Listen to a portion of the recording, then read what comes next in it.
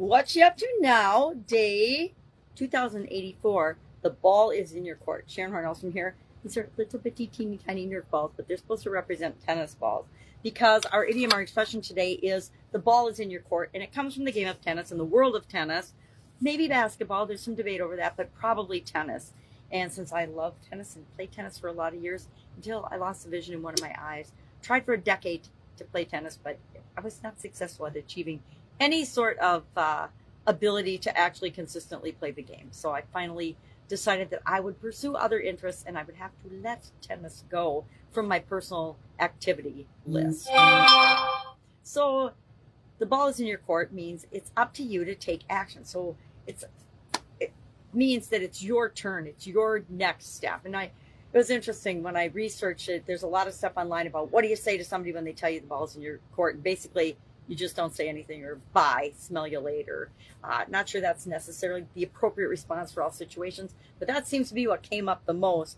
And it doesn't matter whether I agree with it or not. That's what people are searching for. And that's the advice that they're getting. So instead of thinking for yourself and deciding what action to take next, you're told just walk away and ignore them or tell them bye-bye. I'm not going to put that much effort into the relationship. Well, obviously the relationship wasn't very important to you if that's you want to walk away, and the other person you don't think is you don't respect them enough or care about them enough to want to take action or do anything or anything.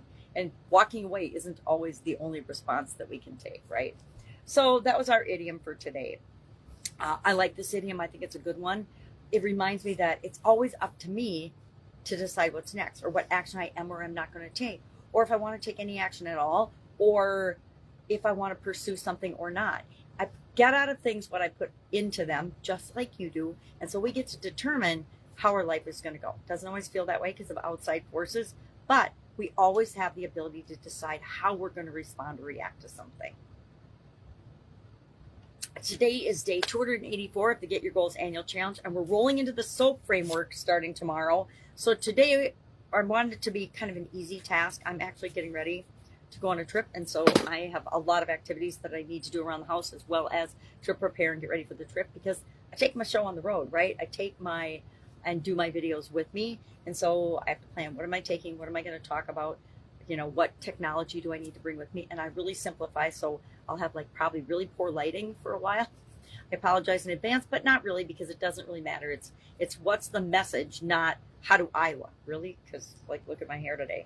I just stuck it in a little braid because the ball is in your court tennis. If I were going out to play tennis, this is what I'd wear. T-shirt, layered shirt with pockets so I could hold my tennis balls, and a little sweat outfit in case it's chillier out, because fall has all of a sudden come upon us in Wisconsin.